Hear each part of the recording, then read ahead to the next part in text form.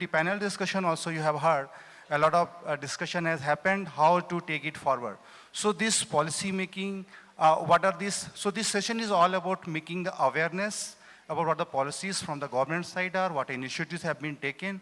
So without much delay, I would like to request Mr. Arindam Kumar to start and let us know how what the government is thinking in particular the production linked scheme. Yeah. Hello. Good afternoon to all, and thank you, sir. So, this presentation we have divided in three segments. First segment is the production link incentive scheme, that is a flagship scheme of Ministry of Steel, and the second segment is about the incentive what to be provided for decarbonization for producing green steel. And the third segment is on the various state government schemes. So first segment will be covered by me, and second and third segment will be covered by my colleague, Adarsh Gupta. So this production link incentive scheme is the flagship scheme of Ministry of Steel that has been launched in 2021.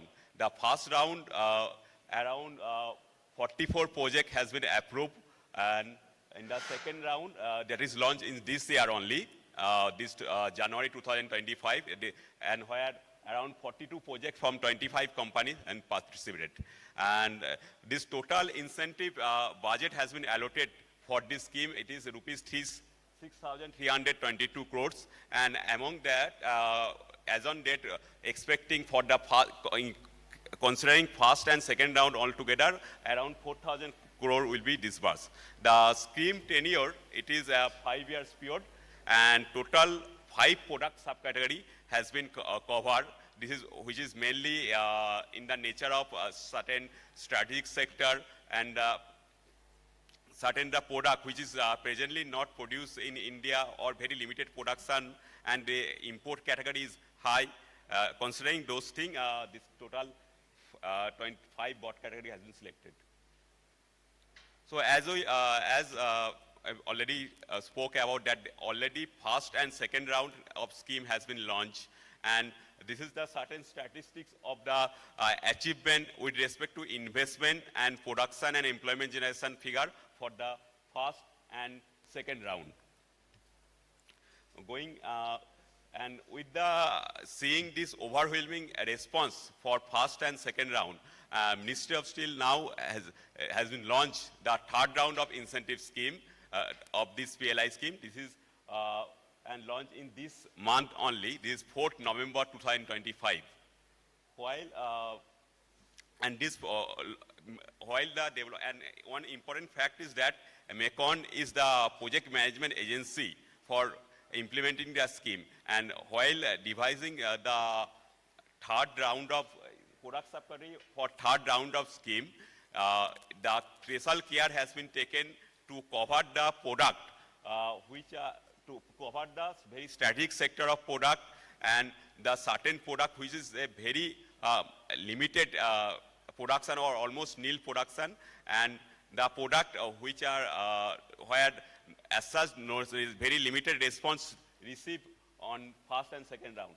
So total 22 products has been covered in this third round, and this is divided under 4 broad subcategory. First one is the strategic sector, which is the product steel, which are mainly used in strategic like defense, aerospace industry. The total 5 number of product has been covered, and there are 2 subcategory, category 1 and 2. This commercial grade, which is covered the certain product like you all know the CRGO steel, and one emerging product is which is a replacement of the electrical steel. There is amorphous steel, and certain like for steel plant, particularly for rolling mill, we have a mostly high capacity of mills, capacity of mill rolls that has been imported. To cater this requirement, this mill rolls, this product has been included. And under 4th category coated product, this product subcategory has been expanded to meet the specific requirement of the steel, and there are total 9 product has been covered.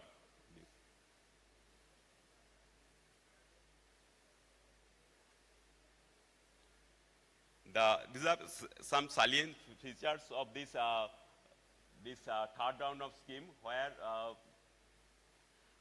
this is the tenure of the scheme starting from 25-26 to 29-30, this 5-year scheme, and base year which price, this is used for calculation of incentive, that has been 24-25, and with respect to investment, starting from, as this is investment is one of the eligibility criteria, starting from 4th November 2025, this investment is allowed for getting eligible.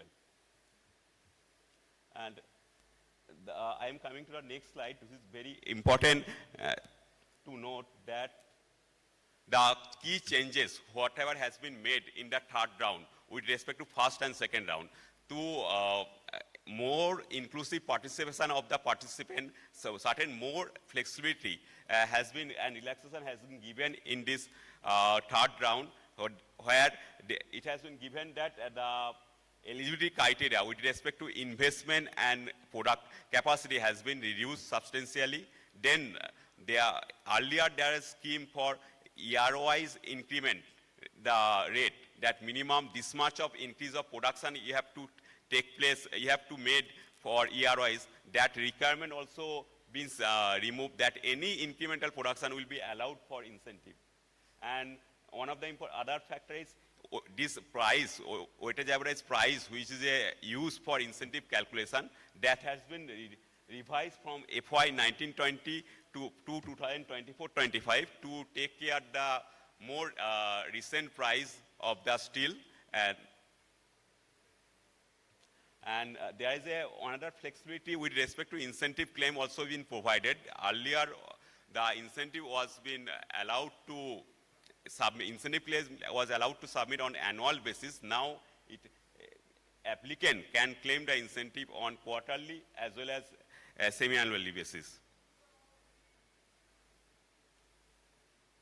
So there is a small illustration has been given to explain that how this incentive has been calculated. Incentive is basically calculated in the multiplication of 3 factors. One is the incremental production rate, then your selling price of the product, then the PLI rate. This is ranging, varying from 5 to 10%. So, and in this illustration, it has been given that one product subcategory has been covered, given that aluminum silicon coated steel. And for that, minimum investment requirement is 50 crore, and capacity minimum, that is 50,000 ton. So based on this it has been given that committed annual production, it has been committed, this has been shown year-wise, that is for FY 29-20, then 50,000, 50,000 and 50,000. And it has been shown that although actual production, like for FY 28, it is less than your committed, but then also this incentive is eligible. And based on this figure, the incentive is calculated is 20 crores, and with the investment of 50 crores, so here it has been shown that 20 crore incentive can be, applicant may get 20 crore incentive. So return on investment is coming quite lucrative against that investment. So this is all about the PLI scheme, the short presentation. And now second segment, I request my colleague others to continue. Thank you, Arindam.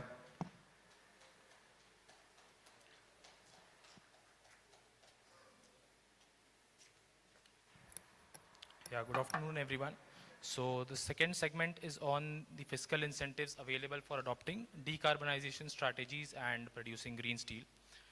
These are schemes which are upcoming by the central government. These are yet in discussions, and the contours of the scheme are likely to be announced in the upcoming months or years. Okay. So if you could just move to the next slide, please.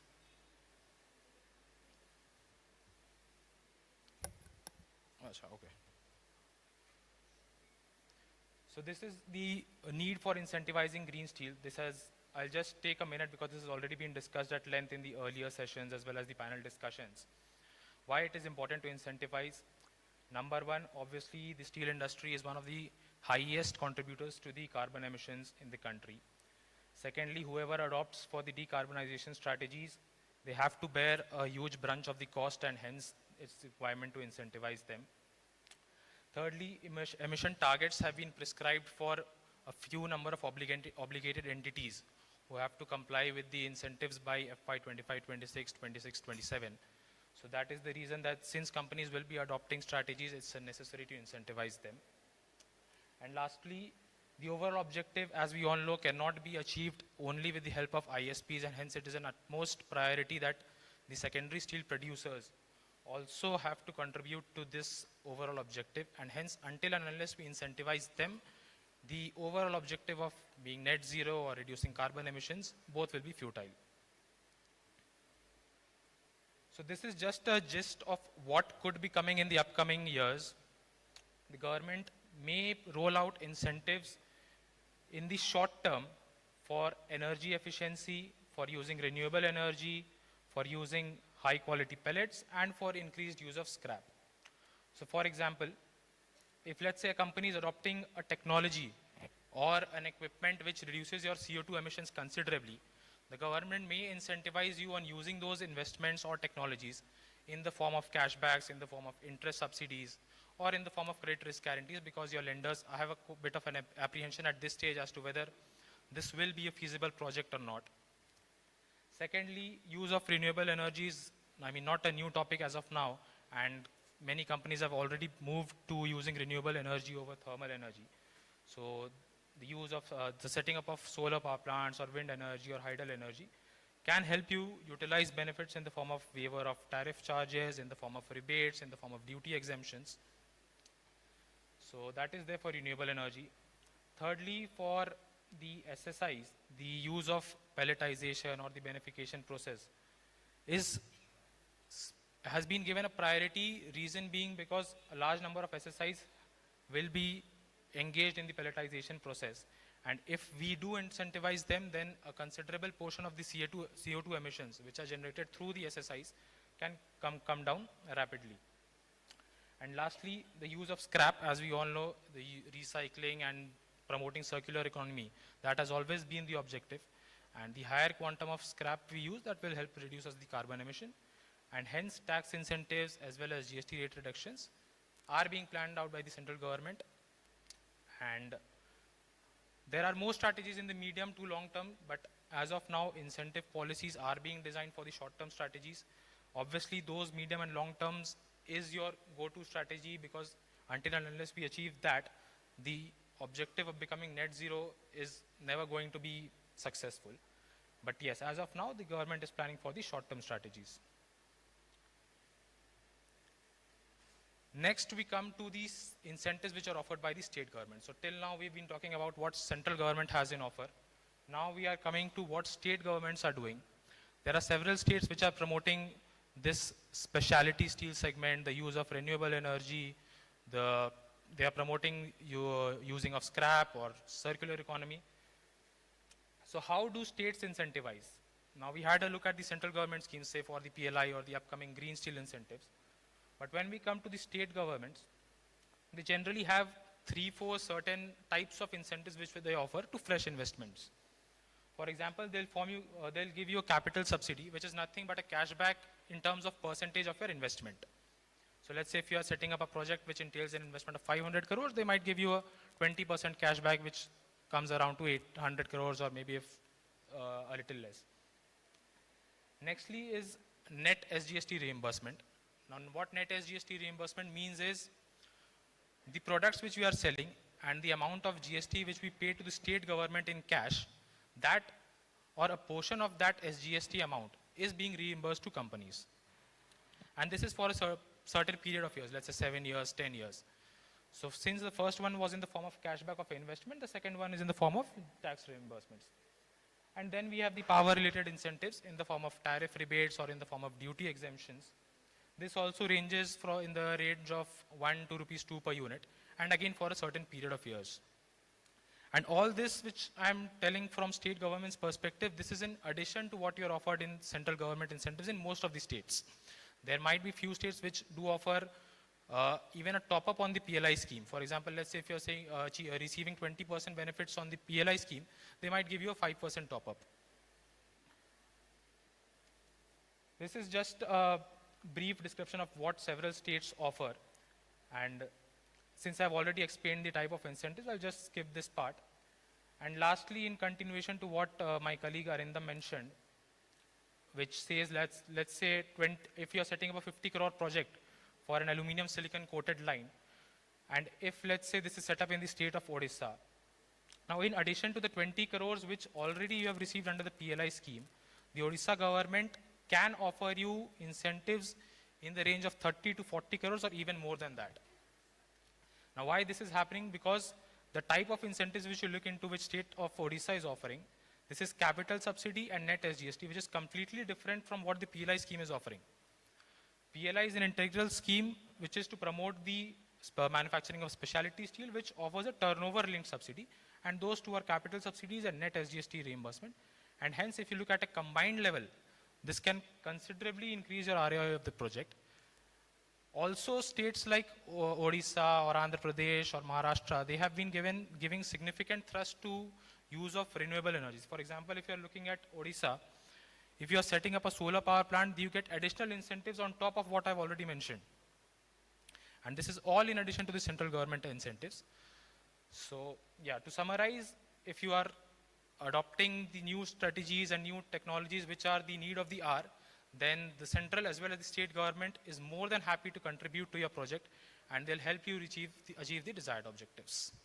Thank you. Thank you so much, Adarsh.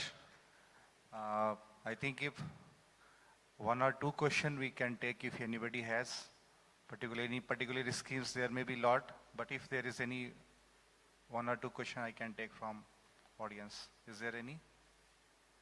So with this, thank you so much, Adarsh, and I think these are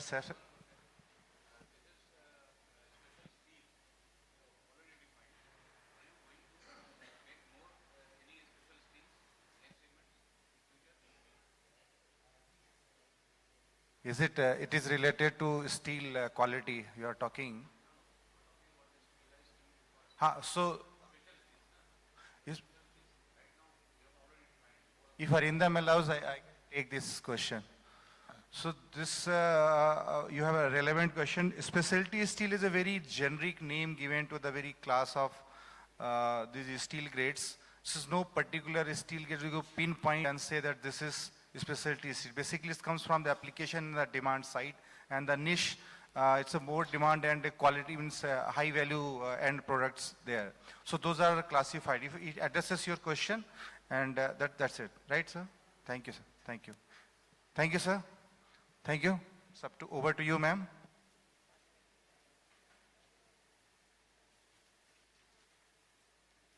Thank you very much, sir. And now to felicitate, may I invite Dr. Satish Kumar, IRSC cadre, presently Chief Vigilance Officer of Mekon. Please come on the stage and present memento to all these speakers and moderator. Dr. Satish Kumar, IRSC cadre, presently Chief Vigilance Officer of Mekon, is presenting mementos. First, Mr. Arindam Kumar, AGM Mekon. तालियां आपकी तरफ से जरूर होनी चाहिए. 2 days international conference. Next, Mr. Adarsh Gupta, Manager EY, presenting mementos. And now it's time to present memento to moderator of this session, Mr. KP Singh, AGM Mekon. Thank you very much, sir. Thank you, Dr. Satish Kumar, sir, IRSC cadre, presently Chief Vigilance Officer of Mekon. And with this, please, thank you all. Thank you all. और बहुत देर से हम लोग इंतजार कर रहे हैं. So now we will proceed for lunch, and the lunch time will be 45 minutes. So after 45 minutes, we will be gathered here again for valedictory session of this international conference. So all of you are requested to take lunch and please gather here again after 45 minutes. Thank you very much. 3:45. 3:45. We will gather here.